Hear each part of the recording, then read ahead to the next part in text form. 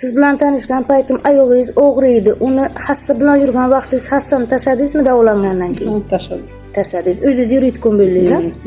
O'ta og'ir ahvolingiz nechinchi kuni sizga davolash o'tkazishni boshladim men. Siz reanimatsiyaga tushdingiz qanaqa diagnoz bilan? Двухсторонний pnevmoniya, COVID-19, sahrli diabet. Shunda siz nimalar bilan davoladim? Suv, nur, ilohiy muolajalar, duolar, hozirgacha shu ishlar davom etyapti davolanish, to'g'rimi? Bular birontasidan zarar ko'rdingizmi, foyda ko'rdingizmi? Yo'q, foyda ko'rdim. To'liq foyda ko'ryapsiz, to'g'rimi? Buyrakni уже ikkita buyragi yomon, siydik analizlari yomon deb turganlarga davolash o'tkazib o'tirgandan keyin siydigingiz chaqaloqnikidek toza bo'ldimi, yo'qmi? Bo'ldi. Toza bo'ldi, shunaymi? Tomoq, tilingizda shish, qonash bor edi, tomog'ingizdan umuman suv, ovqat o'tmasdi. Uni men davolash o'tkazdimmi, yo'qmi? O'tkazsiz. Qo'lim bilanmi? Suv bilan, ilohiy, to'g'rimi?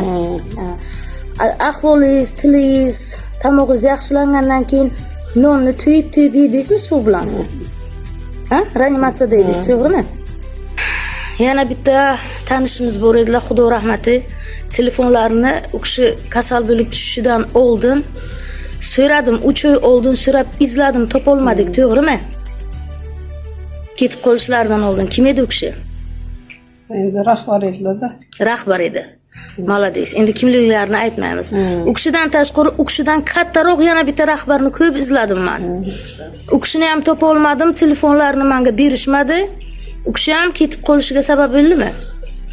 Sizni Allohga shukr reanimatsiyadan uyingizga olib keldim, lekin u kishini qanchalik mansabu, pul, rahbarlik joylari bo'lsa ham qutqarib qola olmadi-ku.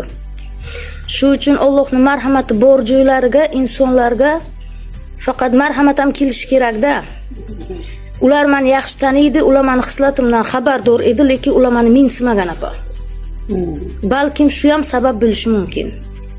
Ular menga murojaat qilmagan, ammo siz meni murojaat qilib o'zingiz qattiq ushlab ixtiyor qildingiz.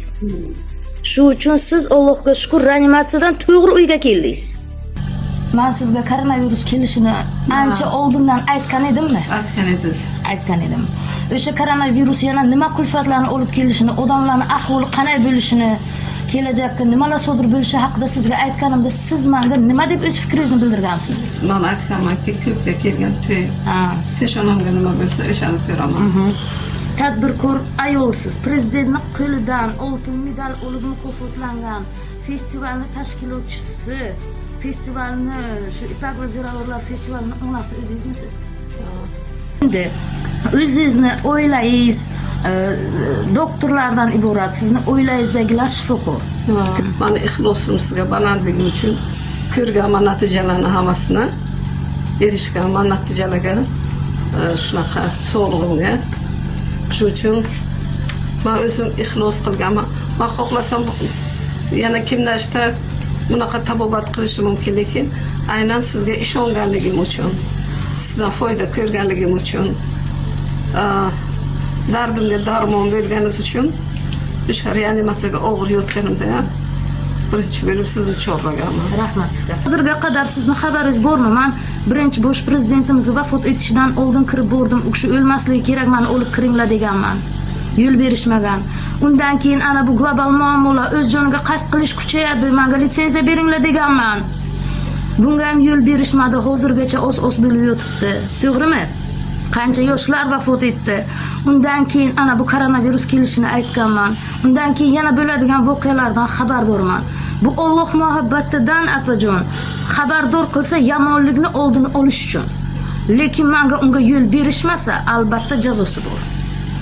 Ana shu iste'dodsizni Xudo bergan sizga bir narsani, o'sha marhamatini, xususiyatini xalq ko'rsin. Siz o'zingiz reanimatsiyada, umuman kasalxonada taxminan 37 kuncha yotdim dedingizmi? Shu haqida aytib bering. 37 kun shunda yotganman.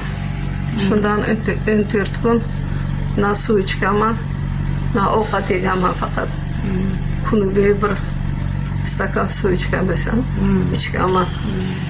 Ahvolim juda og'ir edi. Mana o endi usurgandi. Oldingidan ko'rinishingiz yana ham yaxshi. Hozir yana ikkinchi kisloroddan chiqib bilyapsiz, spokойно. Men xursandman. Yana muolajalarni davom ettiramiz.